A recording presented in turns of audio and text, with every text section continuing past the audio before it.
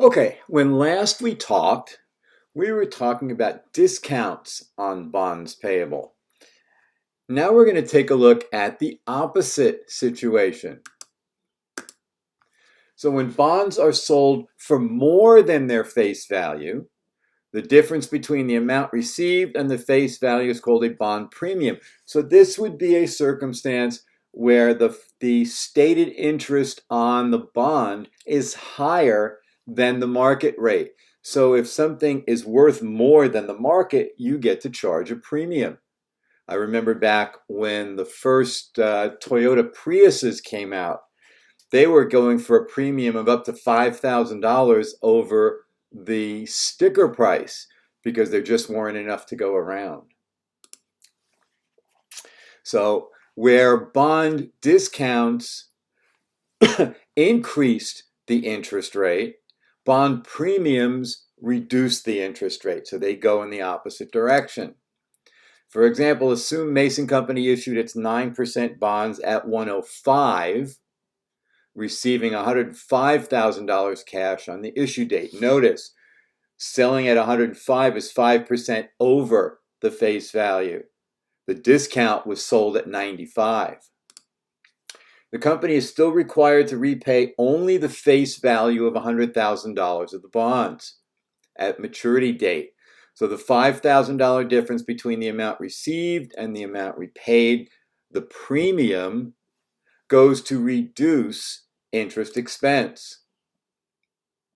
And it's recorded in premium on bonds payable. That's a separate liability. So here's the recording. We have a credit to bonds payable of $100,000, a credit to premium on bonds payable of $5,000, and a debit to cash of $105.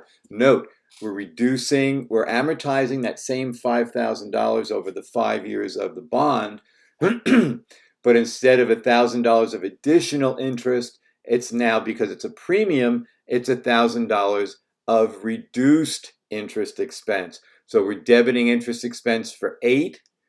We're debiting premium on bonds payable for $1,000, and we're crediting cash. That's the check that the bondholders are waiting for, $9,000.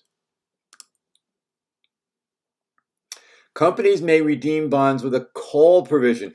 So sometimes a company, for specific kinds of reasons, will ask to redeem the bonds before they mature. This is a call provision. If it's written into your bond, then the company can tell you at any particular time, hey, we're calling in the bonds and here's what we're going to pay.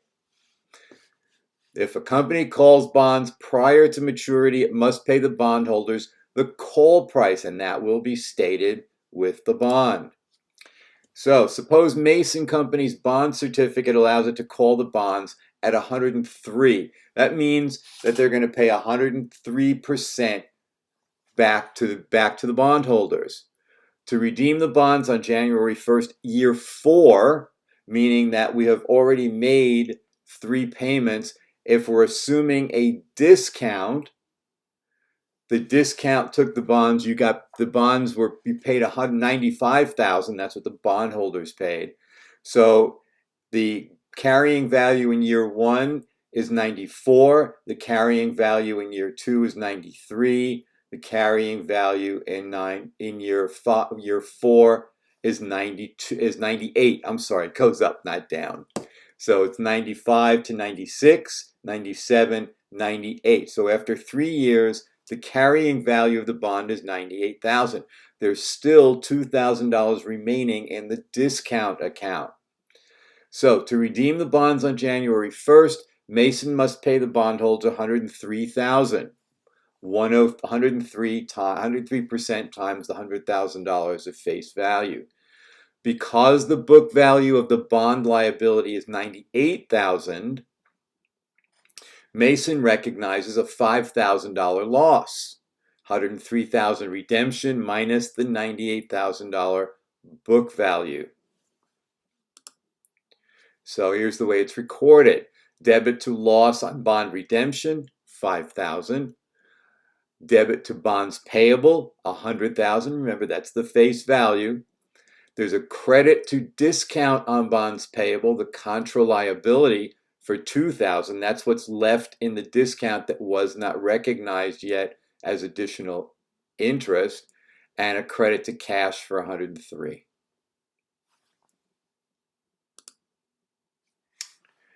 So recall that the straight line method amortizes the discount equally over the life of the bond. So we're saying interest rate is going to be $9,000 a year. However, remember that when we amortize the discount, the carrying value increases.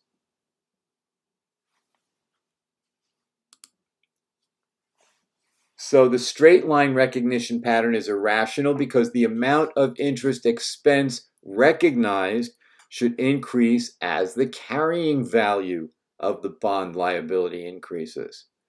A more accurate recognition pattern can be accomplished by using an approach called effective interest rate. And that's what we're going to look at now.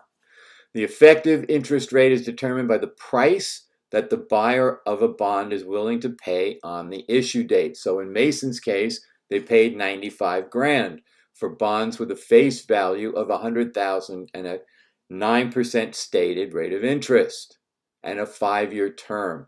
The effective interest rate is about 10.33%. There are charts that can give you that.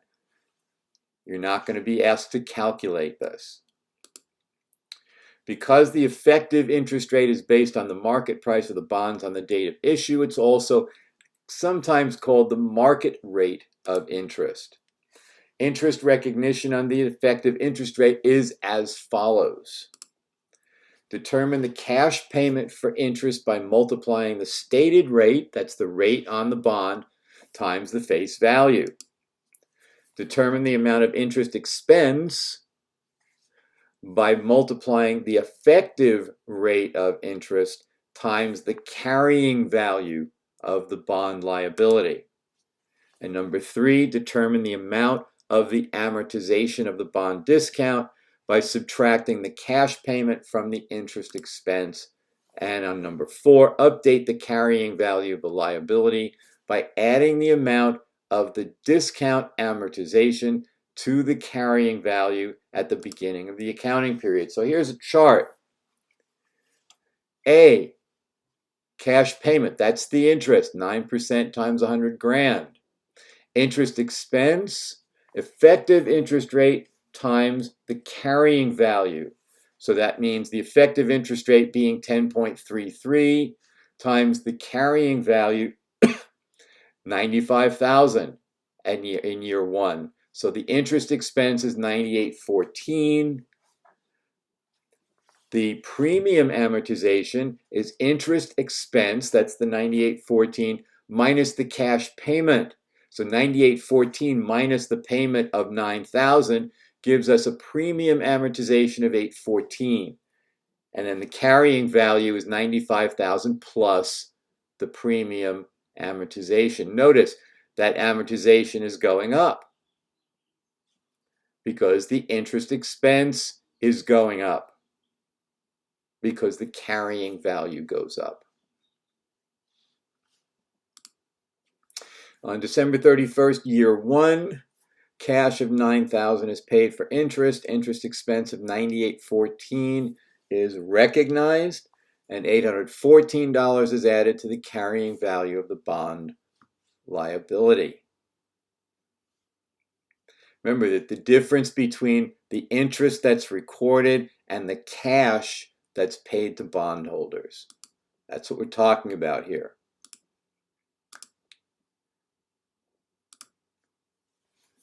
So assume United Company issued a $100,000 face value bond with a 10% stated rate of interest. The bond had a 5-year term. The bond was issued at a price of $107,985. And the effective rate of interest is 8%. Here's the schedule. Remember, the interest expense is not the stated rate times the face value. It's the effective interest rate, in this case, 8%, times the carrying value. The carrying value here is 107. So this is 8% of 107 is 86.39. That's the interest expense. The cash payment is 10,000. So the discount amortization for year one is the difference between the cash payment and the interest expense, 1,361. So here's the journal entry for this. Interest expense gets 86.39. Premium on bonds payable gets a debit of 1361, and the credit is $10,000. That's what the bondholders are waiting for. As with other forms of credit, bonds may provide companies increased earnings through leverage. So if a company can borrow money at 7% through a bond issue and invest at 12%, they're making 5%. This is somewhat similar to what people are saying today with low interest rates on homes. If you take a mortgage at 3% or 4%, and you can take the money that you take money out of the house and you can invest that money at 8 or 9 or 10%, you're getting the difference between what you can invest that money at and what you're paying for it. Bond interest expense, like other forms of interest expense, is tax deductible, making the effective cost of borrowing less than the interest expense because it reduces your tax expense. Because dividend payments are not tax deductible, equity financing does not offer that advantage. So this is the difference between equity financing and debt financing. And that's it for our discussion.